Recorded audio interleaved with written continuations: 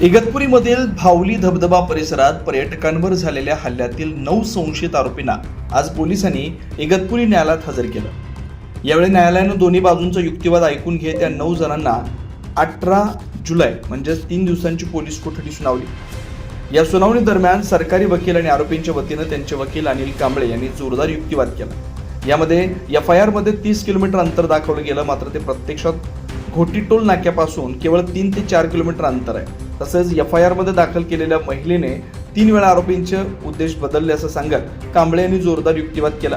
तर पोलिसांनी अधिक तपासाकरता संशयित आरोपींना 7 दिवसांची पोलीस कोठडी देण्यात यावी अशी मागणी केली होती।